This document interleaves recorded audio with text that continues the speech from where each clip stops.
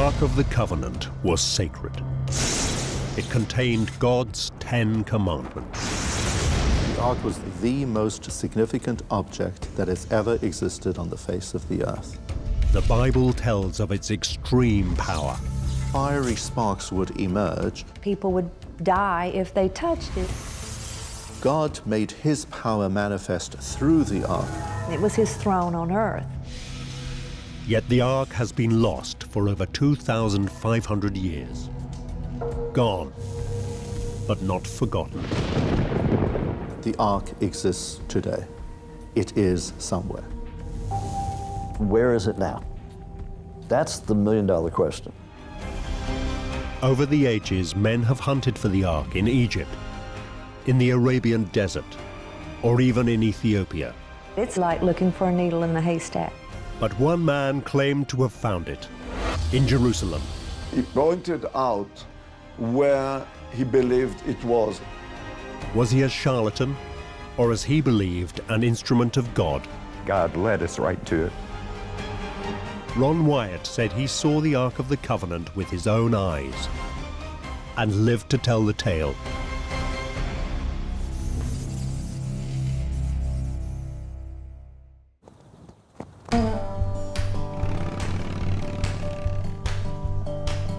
Ron Wyatt was from Kentucky, a poor but God-fearing state in America's Bible Belt. He came from a very large family that lived in rural Kentucky in the mountains. Much poverty, not much of a chance in life. He had to leave home when he was either 12 or 13.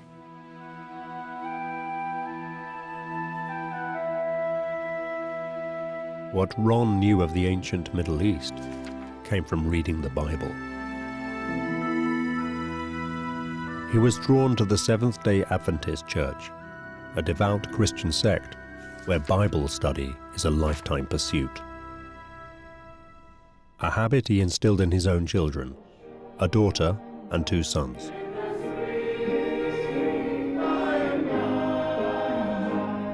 Michelle is the eldest and attends this Seventh-day Adventist church near Nashville every Sabbath. Dad was raised that way his whole life, and we were our entire lives also. His youngest son was named after him, Ron Wyatt Jr. We were raised Seventh-day Adventists, fairly strict. I mean, you know, we had to go to church, had to go to Sabbath school. Seventh-day Adventists believe that the Bible is the Word of God and historically accurate. You have your Bible class, so you go through there and you study all the different stories in there about David and Moses. There was something else you saw out there about what Jesus gave to us, and that is the little stars. At home, every evening we had worship. So we had Bible books, like children's story books, and Dad would read us a story every night. So we got to take turns sitting on his lap while he held the book and read the book. So we were raised our whole lives to believe all of that's true. So we were always raised up knowing the Bible, no doubt that it's the truth. That's, to us, it was fact.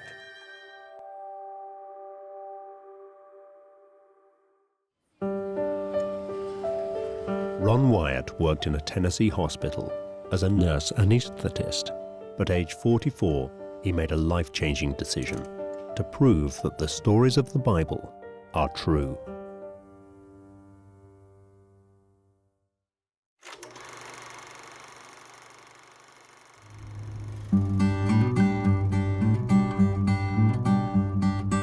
Loaded up with equipment, including an 8mm cine camera, Ron and his 2 sons, Danny and Ronnie, set off for the foothills of Mount Ararat in Turkey, looking for Noah's Ark.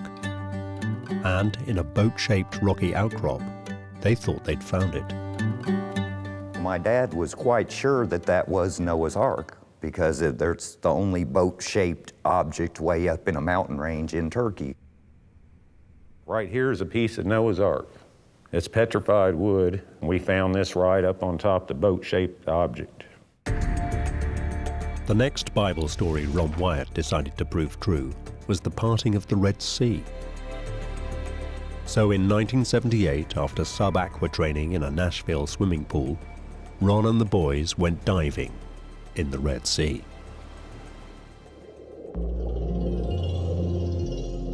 They were searching for Egyptian chariot parts to prove Pharaoh's army pursuing Moses and the Israelites had been swallowed up as the parted Red Sea collapsed. The Wyatts were inexperienced in both diving and archaeology, but as soon as they started searching, they found what they were looking for. Me and my brother saw a chariot wheel, and we saw the back of a chariot turned upside down. And I found a golden chariot wheel. My dad figured later may have been the Pharaoh's chariot. I did take a picture of it, but that camera did drown, unfortunately.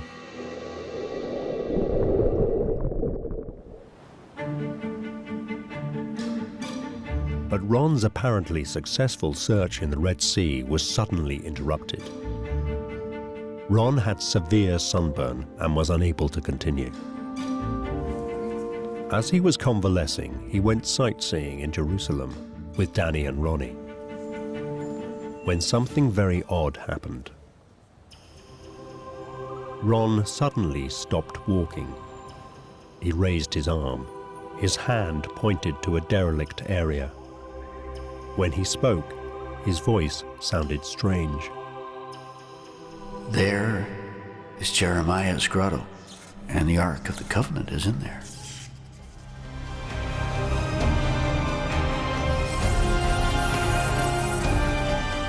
I'd never heard him mention Jeremiah's grotto. So that surprised him because he was saying, man, I don't know how I said that or why, but that came out of my mouth. Ron was convinced that God was speaking to him, guiding him to his greatest discovery of all. Ron really believed that God was leading him to look for the Ark of the Covenant. Ron had no idea then that the search for the greatest of all biblical treasures would soon come to dominate his life. But what was the Ark, and why was it so important? The Ark was the receptacle in which the most important items that ever existed in the world resided, namely the Ten Commandments.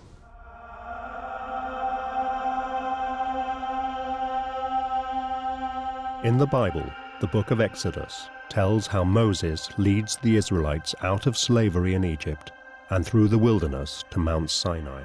As the story goes, when Moses went up to Mount Sinai, he stays there 40 days and 40 nights without eating and without drinking, and then he received from God 2 stone tablets, and the Ten Commandments was inscribed with the finger of God. So it was really an object, created by God, something that came as a gift from a supernatural power. The importance of the Ten Commandments cannot be overstated, not for how they were written, but what was written on them, God's law. They would become the foundation of Western morality. They are instructions of what must be done. Thou shalt have no other gods before me. Remember the Sabbath day to keep it holy. And what must not be done. Thou shalt not kill. Thou shalt not commit adultery. Thou shalt not steal. The commandments were one half of a covenant, a bargain with God. If the people kept his law, he would be their God and deliver them to the promised land. A covenant is a two-way agreement. Both sides have responsibility. So God took upon himself the responsibility to preserve the Jewish nation.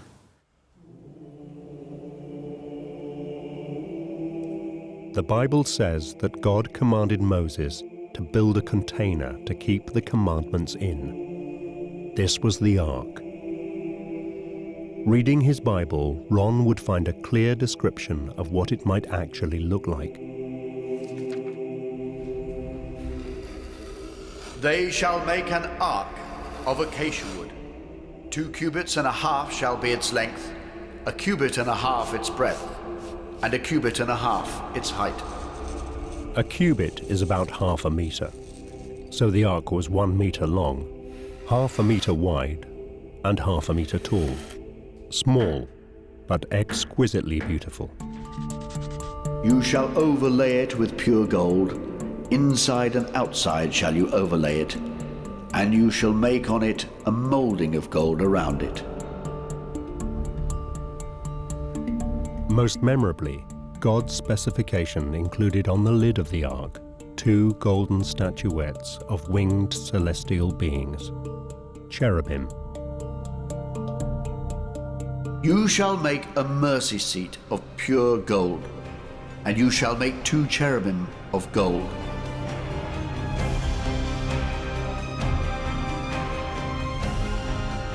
The Bible describes not just a beautiful, grand container for the 10 Commandments. It was so much more. The lid between the 2 golden cherubim was the seat of God himself. The cherubim were absolutely remarkable because the presence of God emerged from between the 2 cherubs.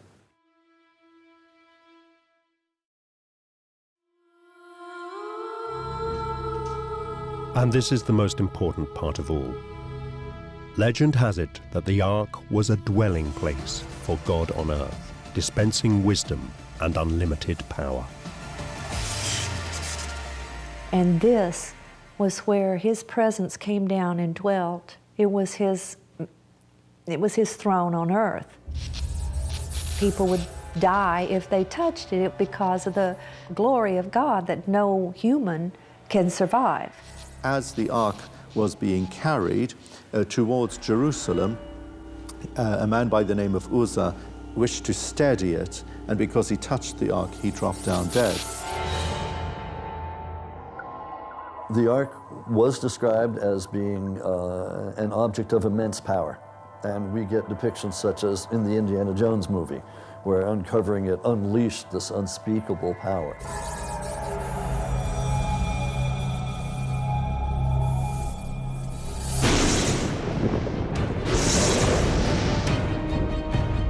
Such was the power of the ark that the Israelites carried it on poles before their advancing army.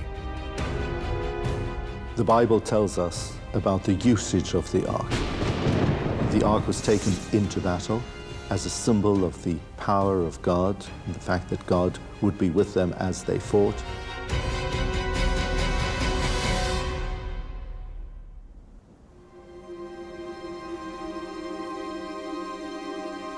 But it was not just a weapon. The Bible tells how the ark eased the Israelites' path to the Promised Land. We're told how the ark was carried through the waters of the River Jordan as the nation was entering into the Holy Land. And thanks to the presence of the ark, miraculously, the nation was able to walk on dry land.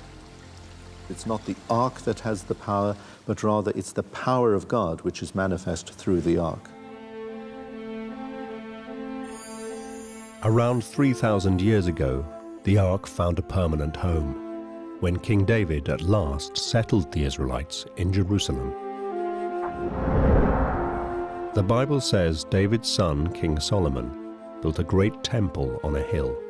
The ark was to take its permanent place in Jewish ritual deep inside, in a place called the Holy of Holies.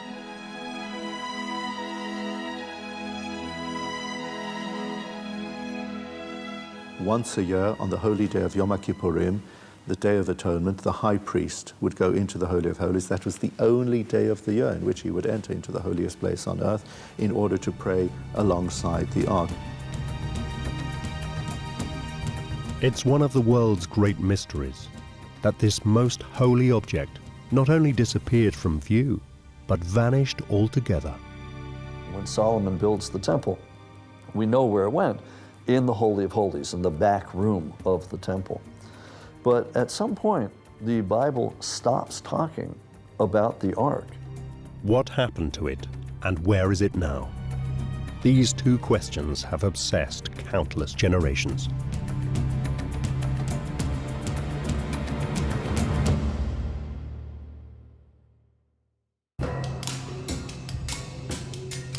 There have been many stories over the centuries about what happened to the Ark. Adventurers have hunted as far afield as Egypt and Africa, yet it has never been found.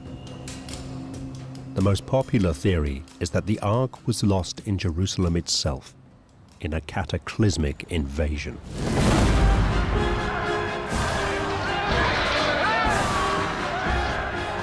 The destruction of Jerusalem by the Babylonians in the early part of the 6th century BC is described in the Bible. It's described in the records of the Babylonians and by archaeology. Ron Wyatt learned that after Jerusalem fell to the Babylonians in 586 BC, nothing more is heard of the Ark. Did the Babylonians take it or destroy it? If they had, surely there would be a historical record of it. They would have boasted about it. The Jews would have lamented it, chronicled it. So if the Babylonians didn't take it away or destroy it, what did happen to it?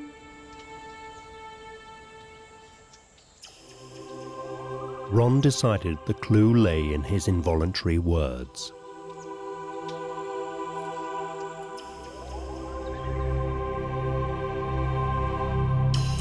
But who was Jeremiah? Jeremiah, the son of Hilkiah from the village of Anatot, was one of the three great prophets of our people, Isaiah, Jeremiah, and Ezekiel. And he had the tragic responsibility for preparing the people for the destruction of the temple. Jeremiah was a priest in Solomon's temple, and his duty, having foreseen the danger, was to protect the Ark. Did he have anything to do with its disappearance?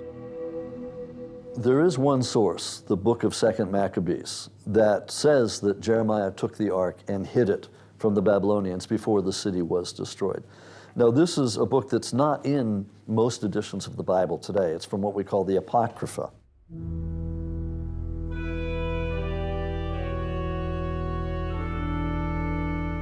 The prophet Jeremiah, being warned of God, commanded the tabernacle and the ark to go with him.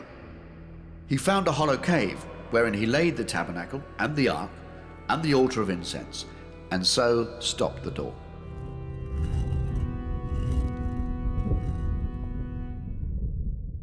The second book of Maccabees also relates that no sooner had Jeremiah's workers sealed the ark in the cave than they miraculously lost all idea of where it was. The ark was safe from destruction, but lost.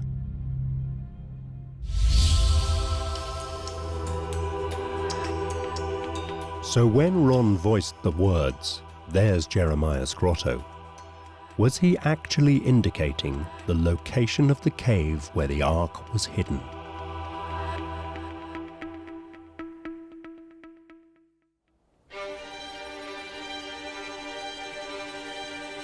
In January 1979, Ron Wyatt had saved enough of his hospital wages to return to Jerusalem. With his sons, Danny and Ronnie, he began his quest to unearth the Ark of the Covenant.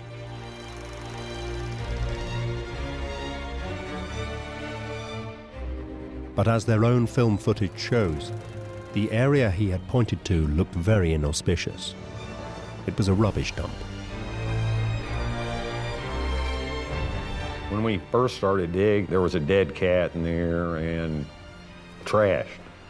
Me and my dad were the first two in there, and we were digging in a lot of dust. We're in real soft ash-like stuff. It's just real soft. Digging down, I got a big cave in on me, and it kind of got me up to about here. I couldn't hardly move, but my head was out. I could breathe, but it just kind of trapped me there, so they had to dig me out of that.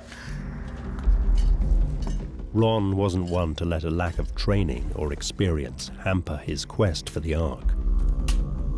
We weren't shoring up the cave as we dug it at all. We weren't putting boards over our heads or shoring anything up. I'd never dug a hole like that before.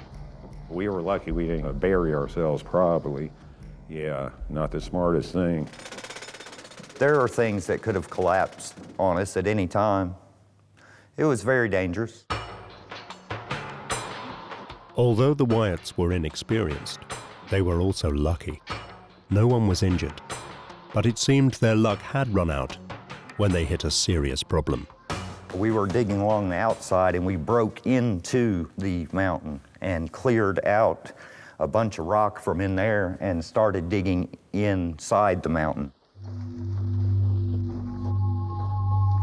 Now, their work stalled. Instead of finding Jeremiah's grotto and the ark, they faced a wall of solid rock. Once you get past all the loose dirt, it became rock. And so we were literally busting rock, breaking through rock to get to where we were going. We had 3 or 4 buckets and we kept filling them up and crawling out the tunnel. You couldn't stand up, so you were crawling on your hands and knees. My knees were bruised, very, very bruised and swollen from crawling in and out of there. But the Wyatts' biggest obstacle wasn't the injuries the rock caused them, but the time it added to the dig. Unlike the earlier discoveries, this archaeological quest was taking too long. Ron ran out of money, and he and his sons had to return home to the US. My dad would run out of money and come back home and work and save up, and then we would quit our job or our school and go right back. As soon as he had a ticket, I'm gone, you know. Yeah, that was his life's mission, pretty much. He'd come back and work, make money, then go back. We'd quit anything to go do that, because it seemed real important.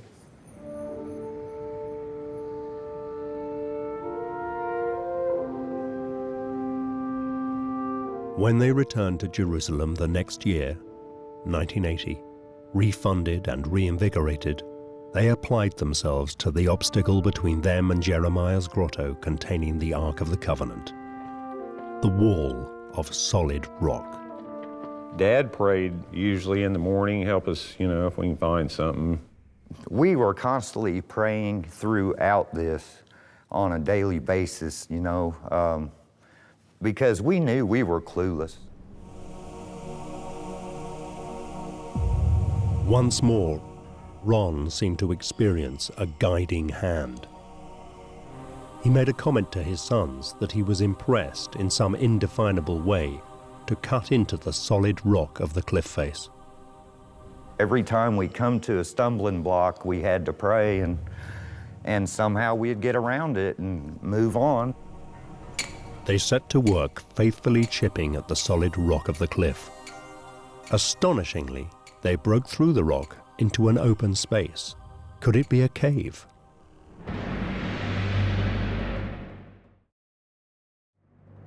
But the dig season for 1980 was ending, so Ron and his sons again had to go home to Tennessee and wait.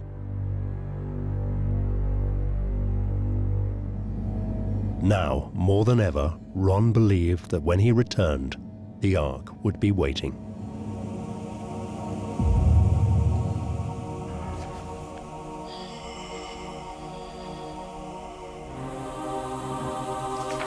But could the Ark even have survived thousands of years buried in a cave? Even if he had discovered Jeremiah's grotto, Ron might find just a handful of dust. In the case of the Ark of the Covenant, it's been 3,000 years since it was made. Now, we know, for example, that in Egypt, in a very dry environment, that wood can survive. We've got wooden objects from Egypt in many different tombs. The Bible tells how God specified that the ark be made of acacia wood. Acacia is exceptionally hard and very dense. It'll last a long time.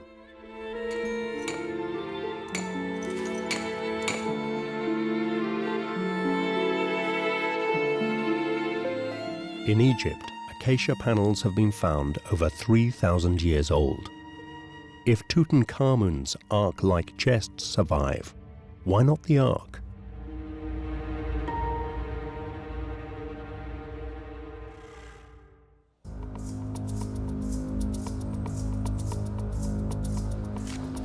In January 1982, after 3 years of digging, Ron still prayed that he would discover the Ark, excavating in the place God had led him to.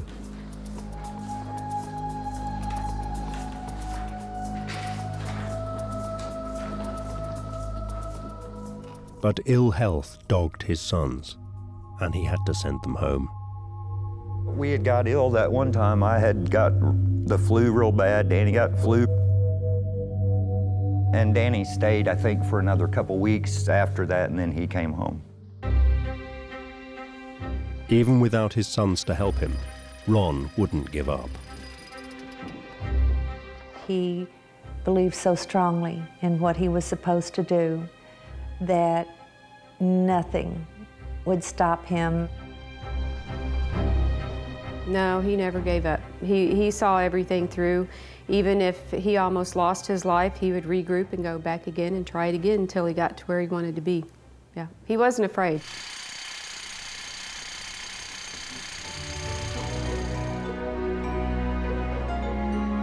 But now, digging over 20 feet underground, even Ron realized that he couldn't work alone.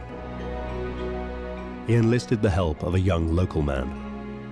Together, they labored in the tunnels he and his sons had worked so hard to open up. One tunnel in particular was very difficult.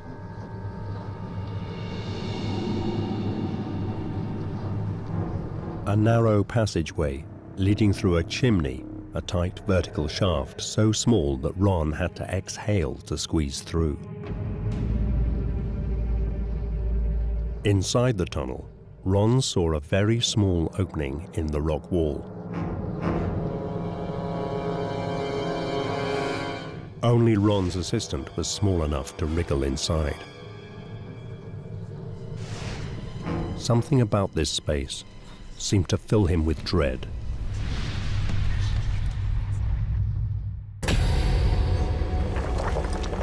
Gripped by sheer terror, he fled, never to return. Ron believed his assistant must have experienced the power of the Ark.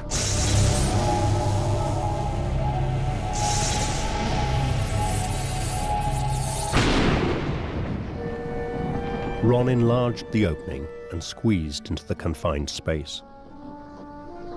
He found himself in a chamber filled with small rocks. He caught glimpses of gold, not the Ark, but ritual objects from the temple. Now he was certain the Ark must be in there somewhere. Crawling painfully over the rocks to the rear of the chamber, Ron saw a partially buried stone case. The lid was so near to the ceiling that he couldn't see inside. Could it contain the Ark? He had to find a way to see inside the stone case. See the Ark. But how?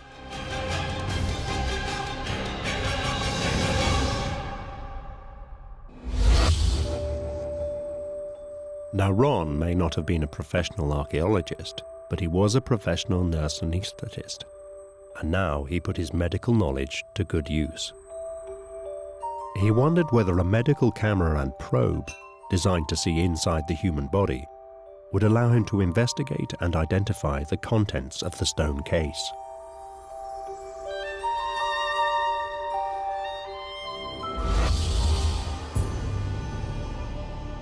Alone again in the chamber, Ron pushed the camera into a small hole he drilled in the side of the stone case.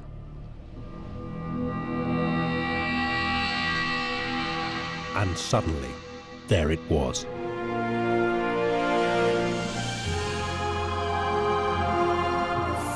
Ron Wyatt was the first person to see the Ark of the Covenant, lost for 2,500 years.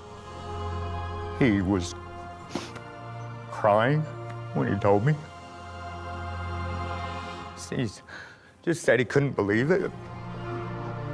Ron Wyatt announced to the world that he had found the lost Ark of the Covenant, proof to non-believers of the existence of God.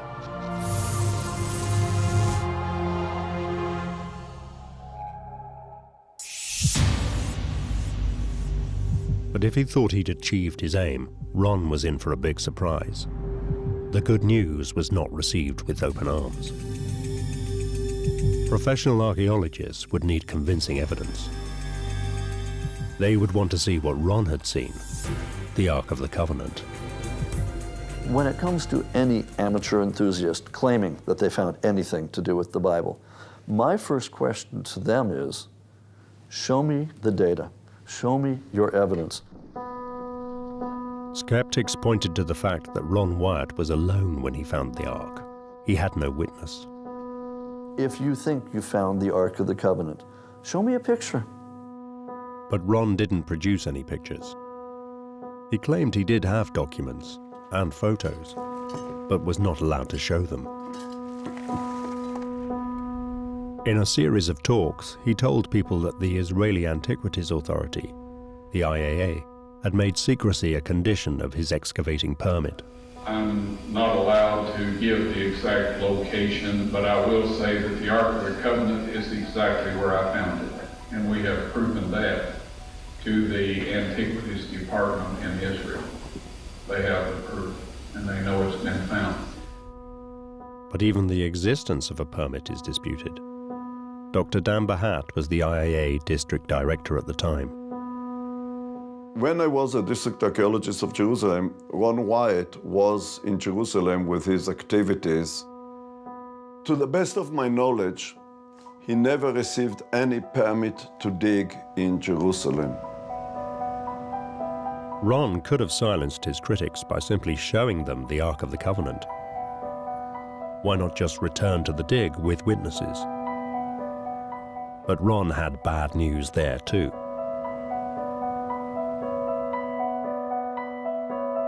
He said the access tunnel he had made had been sealed by the authorities with reinforced concrete. The way that you used to get through it through the garden tomb is closed. Can't get through that way anymore. Ron Wyatt's claim to have discovered the Ark of the Covenant is backed up by no evidence whatsoever in terms of hard data. Ron could never produce any evidence of the Ark of the Covenant for anyone. And yes, he did try. He did try.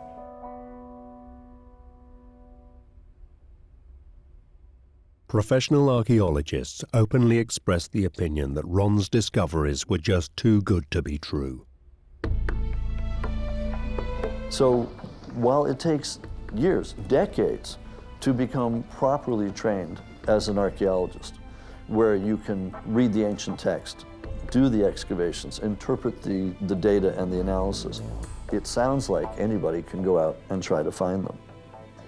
Now, the archaeologists know that that's like looking for a needle in a haystack, or rather a needle in many haystacks. Ron was the first to admit he was an amateur. He believed God was responsible for his discoveries.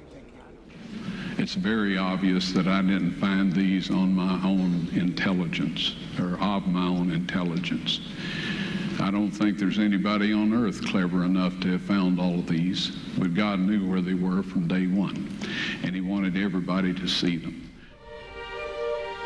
So what was the truth? Lack of evidence begs the question, had Ron Wyatt made it all up? As a person, he was a very pleasant person, but to this very day, I cannot make up my mind if he was a crook or a naive person. I say crook with reservation because I think maybe he was naive and he believed in what he said. I had not known Ron to lie, and I knew he was telling the truth. That was Dad's whole mission, to show the truth.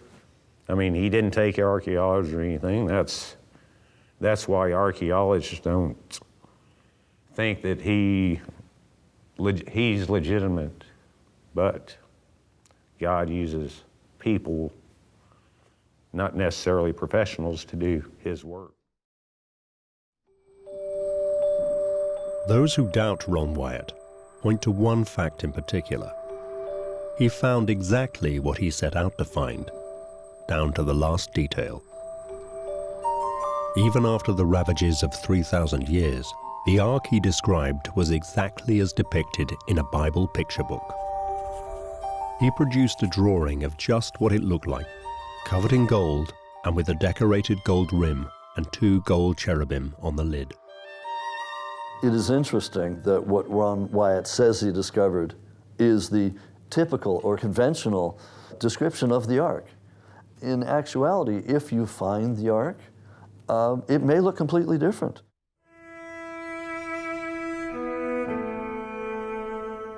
There are, in fact, 2 quite different biblical descriptions of the ark. Exodus has the ark constructed by an artist Bezalel. This is the famous ark, Ron's ark, covered all over with the purest gold, its lid with golden cherubim and a decorated rim of gold. But in another biblical account, not in Exodus, but the book of Deuteronomy, the ark is far simpler. In Deuteronomy, Moses made the ark himself. Just a simple acacia wood box with no decoration at all. This is a much more plausible container for a nomadic desert tribe to make and carry around with them in the wilderness.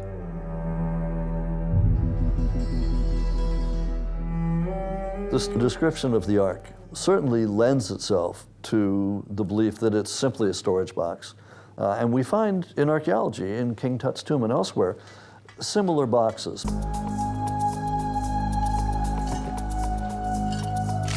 According to professional archaeologists, Ron made a typical amateur's mistake.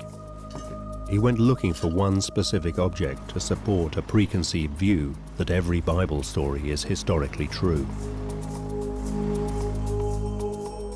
Trained archaeologists approach their subject with a more open mind, looking for any artifacts to help guide them to what the historical story might be, never sure what they might find. You may be looking for one thing, asking one question, and all of a sudden something else pops up. This is exactly what has just happened to one eminent archaeologist. Professor Yossi Garfinkel of the Hebrew University of Jerusalem. He's very different from Ron Wyatt, but what he has found may change forever our understanding of the Ark. This is the ancient city of Kirbet Kiafa, above the valley of Elah. Famously, in this valley, about 3,000 years ago, the boy David slew the giant warrior Goliath with a stone from his slingshot. Professor Garfinkel has been digging here for 5 years, looking for neither David, nor Goliath, nor even the Ark of the Covenant. I'm not trying to prove the Bible. You have the biblical tradition. This is a history which was written by people few thousand years ago. And what we can do as archaeologists is to see what we are finding. Professor Garfinkel is looking for nothing and everything. As a result, his dig here in the summer of 2011 unearthed a fragmented clue to what the Ark may actually have been. During the season, there were many fragments of quite interesting stone vessels, but as they were really broken to many pieces, we didn't realize what it was. So it was nicely packed, all these artifacts, and we sent them to the laboratory for conservation. Highly skilled conservators explored what might be made of all the pieces. Rather like solving a fiendish 3D puzzle without the picture on the box as a guide. What they eventually rebuilt was extraordinary. And when I came to see, I really didn't believe my eyes. It was a nice box made of stone, something that was never found before in any archaeological site in Israel or in the ancient Near East. Professor Garfinkel knew little about the stone box at first, but during investigation, it began to tell its story. It seemed to be a model building of some kind. This artifact is made from one block of stone, which was carved nicely in the shape of a building, and then it was painted red. There are traces of red pigment here. I think that there was a wooden door which was fixed here to the inside, and there were small pegs which fixed the door to its location. But what exactly was this small model building used for? Inside you can see a small depression, probably a base where a statue or maybe a symbol of God, a small stone or something was placed. So what is it? The way I understand it, an object like this, where they kept symbols of God inside it, and it was portable and moved from one place to another according to needs. And I understand it as a portable shrine.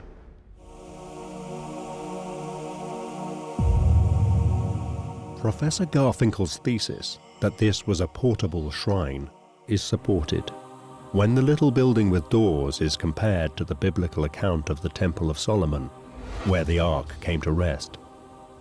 They are eerily similar.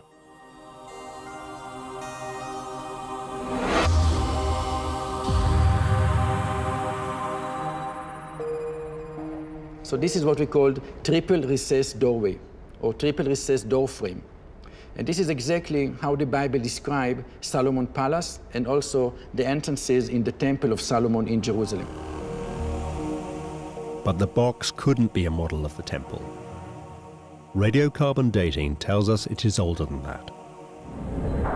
What is much more likely to be true is that the temple was a giant version of a portable shrine like this one.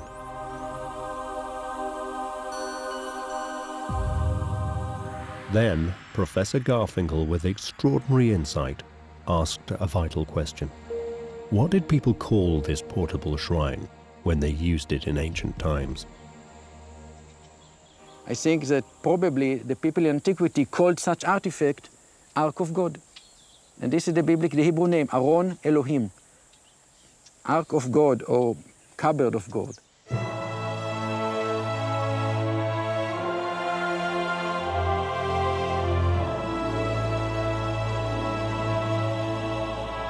So is this the truth about the Ark? That it was not a great and supernatural object?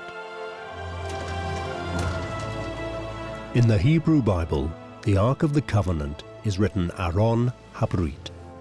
Aron simply means chest or cupboard, a box to store things in. In Hebrew, Aron means just a box where you can keep anything inside it. It's not necessarily something holy.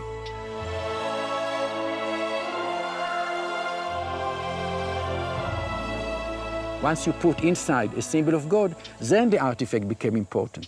Not that the artifact by himself is not just a box. What is important is the meaning people gave to it. In fact, Professor Garfinkel hasn't found just one ark, but two. The second is made of pottery and is different in form, but it is also a little building with pillars, roof beams, and a door. Garfinkel believes it is another portable shrine, another Ark of God. I was not looking for anything like the Ark or a thing like this, but once we have them, we need to deal and to interpret them. It's not just you find a nice thing, you put it in the museum and you go home. You also need to understand what you are doing. Garfinkel's work reveals that there were many arks in many places, ritual shrines used by ordinary people as part of their worship. Does this mean the fabulous golden ark Ron was looking for may never have existed? Not necessarily. When you have a large temple in Jerusalem, you have a large kingdom, you have a very nice ark, can be made with gold and silver and all kinds of other things. But in the small cities around it and in private houses, people will not have such big artifacts and made from such expensive materials. So is it the case that the Ark of the Covenant, carried by the Israelites through the wilderness, could have been a simple object different from the one built for the temple in Jerusalem? No one knows for sure. People can debate it. People can say that I'm wrong. Maybe I'm wrong, but at least I can offer a new interpretation.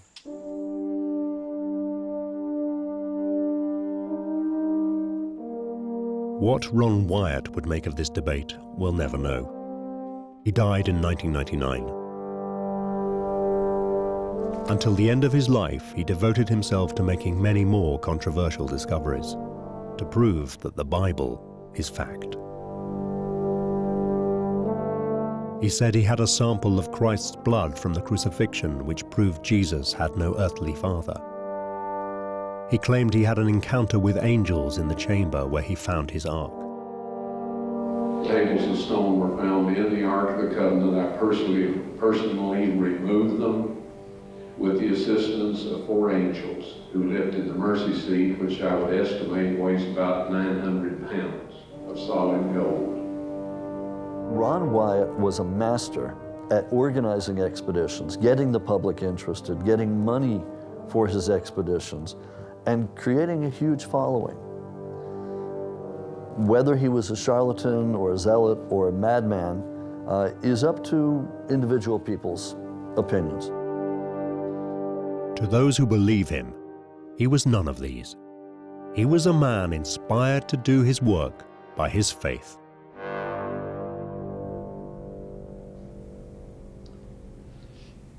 When I get to heaven, I'm going to look around, and I want to see every one of you there.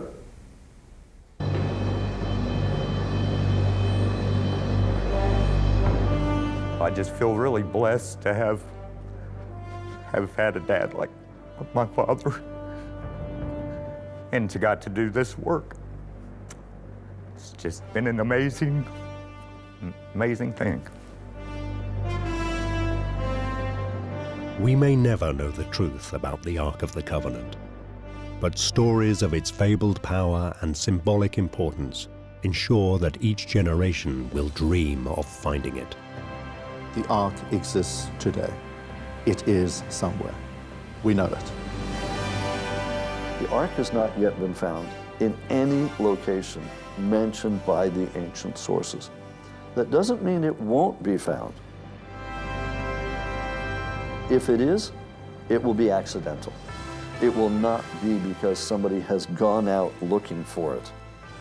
They will have been looking or investigating or excavating something else entirely different. And lo and behold, there it will be.